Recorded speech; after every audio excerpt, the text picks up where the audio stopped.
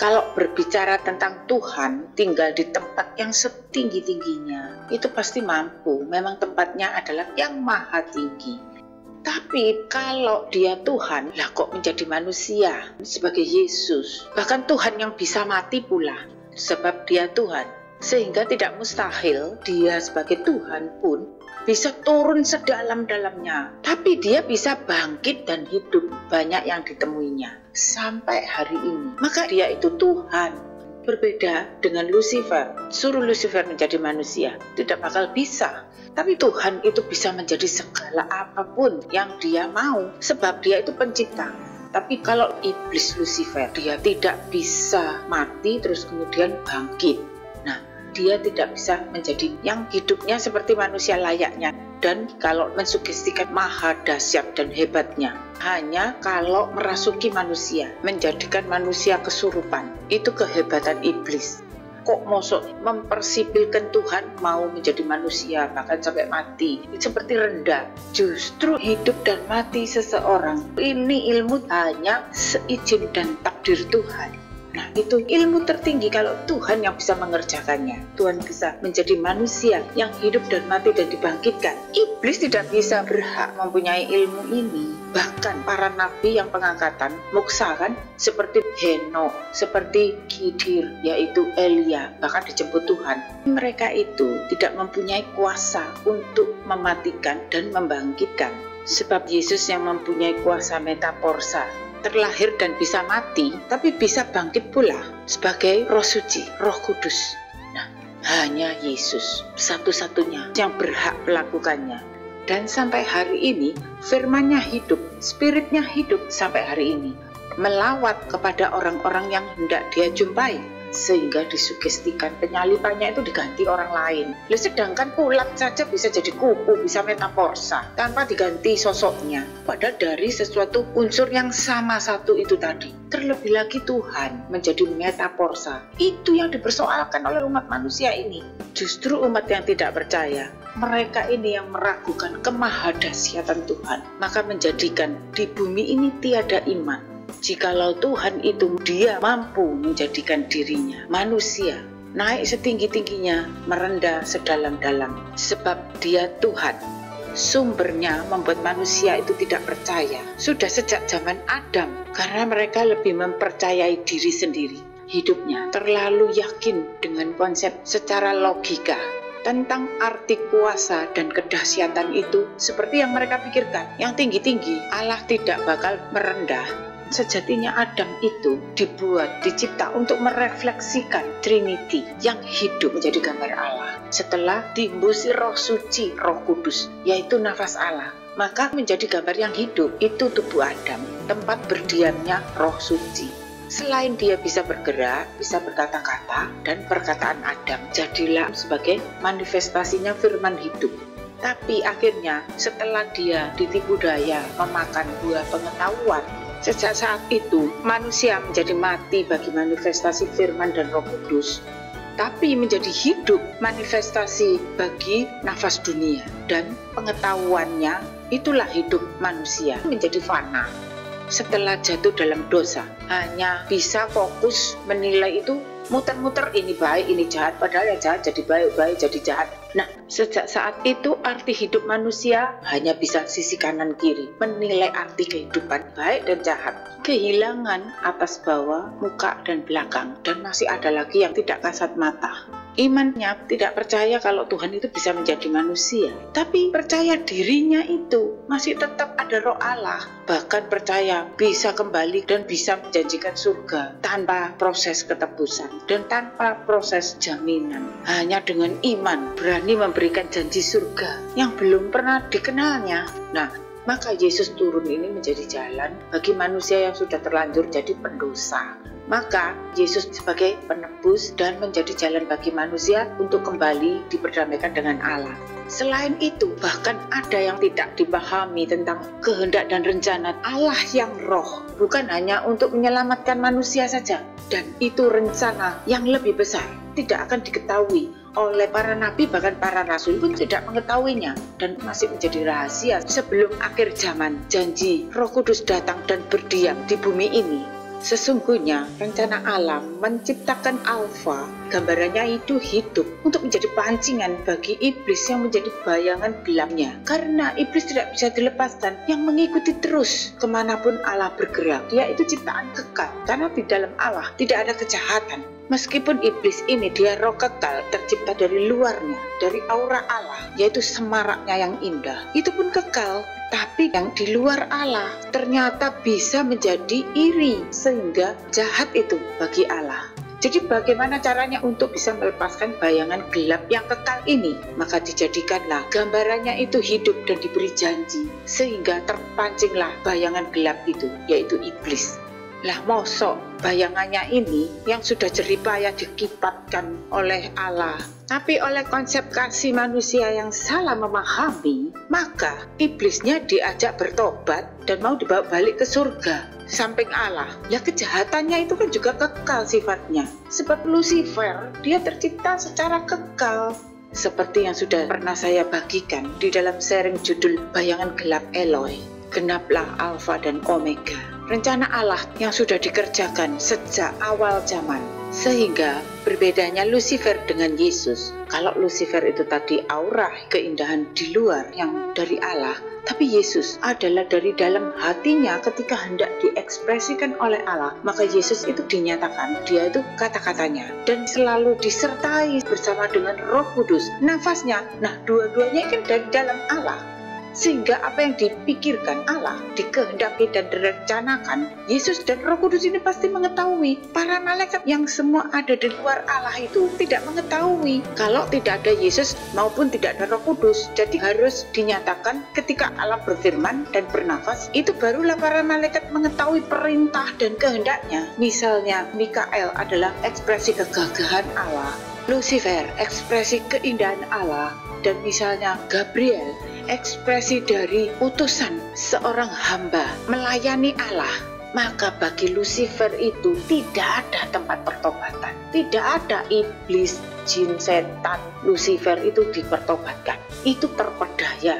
Loh, apabila sudah tinggal di bumi ini, terbuangnya, sudah kehilangan, tidak ada roh kemuliaan Allah yang seperti semula. Roh yang memberi hidup adalah pengetahuan dunia, yaitu buah yang dilarang dimakan itu. Sehingga pengetahuan itu menjadi penggantinya dari buah kehidupan, firman hidup itu. Jadi kalau hidup dari buah pengetahuannya, otomatis yang menyertai bagi setiap perkataan yang keluar dari mulutnya, ya tentu saja nafas naga, roh dunia yang dimaksud itulah. Sehingga pemahamannya itu hanya menjangkau sampai tujuan bagi arti hidup masa di dunia ini saja. Sebaliknya dengan firman hidup disertai oleh Roh Suci, Roh Kudus. Nah, tentu saja untuk perkara surga itu perkara kekal dan tidak kelihatan. Jaminannya apa? Bukan hanya janji, harus ada bukti. Mintalah menjamin untuk masuk surga dan keselamatan. Seperti Yesus memberikan jaminannya. Pertama adalah dirinya sendiri. Terjadilah 3 kesaksian. Dia bisa terlahir dan dia mati sebagai manusia, namun dia bisa bangkit sebagai roh Allah. Nah, bukankah dia itu Allah? Pemilik surga bisa keluar dan masuk ke surga. Sampai hari ini ada bukti dan banyak orang kesaksian yang ditemui oleh Yesus itu hidup. Tapi ketemu iblis ya memang bisa mudah ditemui, karena iblis sudah tinggalnya di bumi ini. Bersama manusia dia tinggal, bukan di surga. Nah, ini bedanya kalau bisa ke surga. Surga yang mana? Sebab harus ada penjamin dan harus sudah ditebus dosanya untuk bisa masuk kembali ke sana. Sehingga tidak ada satu malaikat pun yang bisa berhak membawa seseorang itu masuk ke surga tanpa disertai Yesus. Sebagai bukti untuk bisa menjangkau arti hidup yang kekal, maka yang diilustrasikan oleh Yesus sebelum masa pengadilan di hadapan Allah, ketika seseorang memasuki alam kematian, hanya Yesus yang mampu dan hanya Yesus yang mempunyai janji menjadi jalan. Baca Lukas 16 ayat 19 sampai 31. Injil Lukas bab 16. Ana wong sugih kang tansah manganggo jubah wungu lan kain kang alus, sarta saben dina asukurna kanthi mewah.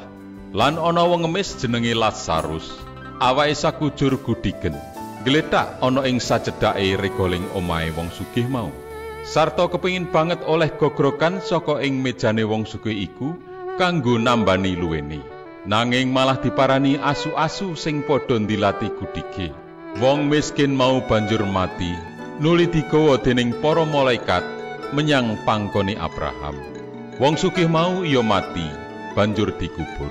Lan nalika wong sugih mau kang lagi nandhang sangsara ana ing sajroning teleng palimengan iku tumenga, nuli weruh Abraham ana ing kadohan mangku Lazarus.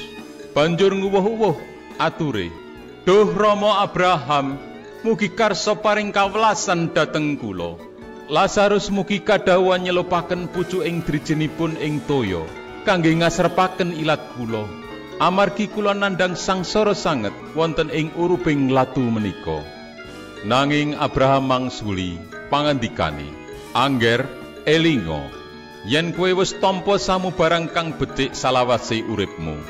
Nanging Lazarus tampa samubarang kang ora becik. Saiki wong iku tampa panglipur, dene kowe nandhang sangsara banget.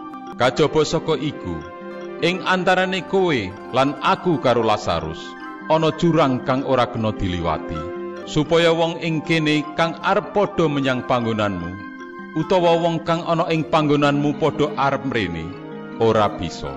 Ature wong mau, "Menawi mekaten panyuwun kula Duh Rama, Lazarus mugi kadhawuhan dhateng griyanipun bapa kula. Awit sadherek kula tasih gangsal, supados sami kaengetna kanthi saestu. Amrih ing benjingipun sampun ngantos sami lumebet ing papan kasangsaran menika." Nanging pangandikane Abraham iku wis padha nduweni pasaksine Musa lan para nabi liyane, iya iku kang kudu padha digatekake. Ature wong mau, "Mboten Rama, dereng cekap. Nanging menawi wonten tiyang pejah ingkang datengi, tamtu sami badhe pratobat." Pangandikane Abraham, "Menawa ora padha nggatekake pasaksine Musa lan para nabi liyane, mesti iya ora kena dikandhani. Sanadyan kang ngandhani iku wong kang tangi saka ing antarane wong mati." Di dalam perjanjian lama, bahwa Abraham sebagai bapak orang beriman dari segala agama apapun juga, bagi orang-orang yang memasuki masa kematian, maka lebih dulu diperhadapkan kepada Abraham sebelum diperhadapkan kepada Allah. Dan di sini dinyatakan bahwa Abraham tidak bisa menjadi jalan memperdamaikan iman kepada Allah. Sedangkan Lazarus saja yang mendapat tempat di pangkuan Bapak Abraham semasa hidupnya harus mengalami tidak ada tempat baginya di bumi ini. Kehidupan yang lebih miskin dan sengsara daripada Yesus. Padahal Lazarus, dia kan keturunan yang menerima janji seperti bintang di langit dan pasir di laut berkat Bapak Abraham. Sebab berdasarkan iman percaya kepada Allah seperti Bapak Abraham, mereka harus melakoni hidupnya seperti Lazarus. Bahkan seperti Siddhartha Gautama yang mulanya seorang raja pun sampai harus meninggalkan kehidupan raja dan rela menjadi pertapa dan mengasingkan dirinya sebagai iman untuk supaya bisa menjangkau di pangkuan Bapak Abraham. Untuk kehidupan yang secara seperti Siddhartha Gautama maupun seperti Lazarus, bahkan banyak yang pelaku spiritual sampai mengalami rela bambung, rela disebut orang gila untuk menggapai, untuk menjangkau iman. Berbedanya menjadi pengikut Yesus, itu semua sudah ditanggung oleh Yesus. Nah, bagaimana mungkin bisa dibenarkan di dalam perbuatan iman dengan berperang mengikuti jejak perjanjian lama? Padahal pada waktu Bapak Abraham menyenangkan hati Tuhan maupun terjadinya kebenaran itu karena rela berkorban, bukan karena ketaatannya berjuang untuk merebut tanah perjanjian. Maka terjadinya dasar iman melalui kekuasaan, melalui berpolitik, melalui peperangan. Itu semua untuk kepuasan manusiawi, bukan untuk Tuhan. Nah, ini harus dipahami. Mencari dasar iman untuk diperkenan di pangkuan Bapak Abraham, namun sebagai penguasa saling membunuh pun halal, itu sangat konflik. Padahal sebagai dasar iman harus rela meninggalkan semua kehidupan yang fana itu. Tujuannya menjadi pengikut Yesus bisa kemudian masuk di dalam karya perdamaian, tidak lagi masih harus menanti. Jejak Siddhartha maupun Lazarus di pangkuan Bapak Abraham itu masih menanti layak tidaknya untuk menerima perdamaian dengan Allah. Itu masih ditimbang-timbang, tapi di dalam Yesus, kalau kemudian bisa dan rela mengikuti jejak salib Kristus untuk mengalahkan individualnya, itu sudah langsung menerima perdamaian, dijadikan seperti anak-anak kerajaan, bukan anak-anak Bapak Abraham. Apa keuntungan mempunyai dasar iman di dalam Kristus? Jadi ibaratnya itu tidak berputar-putar lebih dulu, langsung tepat pada tujuan, pada poinnya. Hidup bersama Yesus, berjalan di dalam karya salibnya itu, supaya seperti Yesus. Maka apa yang seperti Yesus? Ialah ketika Roh Kudus ada di dalam kita, akan dipimpinnya untuk berfirman dan berkata-kata. Namun ketika Roh Kudus tidak ada pada kita, seperti Yesus berkata, selesai, semuanya sudah finish. Sebab setiap perkataan itu bukan dari diri sendiri, tapi dari Roh yang memimpin, ialah Roh Suci, Roh Kudus. Baca di dalam Yohanes 19 ayat 28-30. Injil Yohanes bab 19. Sawise iku sarene Yesus pirsa yen samubareng kabeh wis rampung, banjur ngandika supaya kayektenono kang katulis ing kitab suci. Aku ngelak. Ing kono ana wadah kang kebak isi anggur kecut. Tumuli ana wong kang nyelupake spons ing anggur kecut mau, nuli kaduncepake ing panghisop. Banjur diaturake ing tutuke Yesus. Sawuse necep anggur kecut mau, Yesus tumuli ngandika, Wes rampung. Panjenengane banjur nungkulake mustaka lan masrahake nyawani.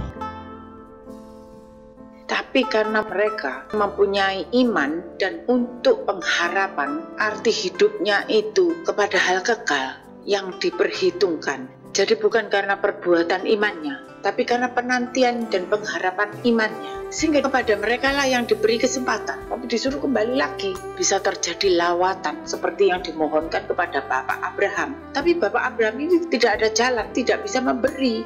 Sebab hanya Yesuslah sebagai jalan yang benar. Maka dia berfirman, akulah jalan dan kebenaran dan hidup. Barang siapa yang percaya kepadaku akan menerima hidup kekal. Nah, tujuannya apa? Minta ketebusan, bawa jaminan. Menjadi kesalahan besar kalau perkara ketebusan dan perkara jaminan, iman dan pengharapan diperhadapkan kepada Bapak Abraham maupun kepada para nabi dan bahkan para rasul.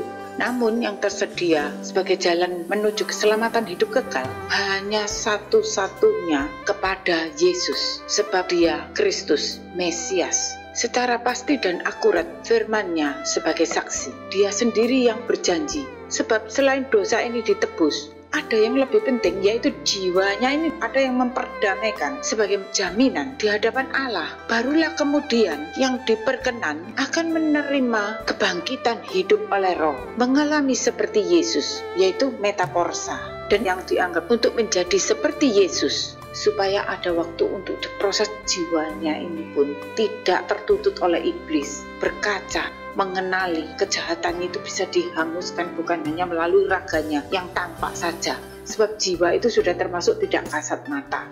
Karena tabiat manusia lamanya yang hidup sudah menyatu menjadi karakter jiwanya dan hanya bisa ditembus oleh firman yang keluar dari dalam Allah, hidup ke dalam jiwa untuk memprosesnya ini.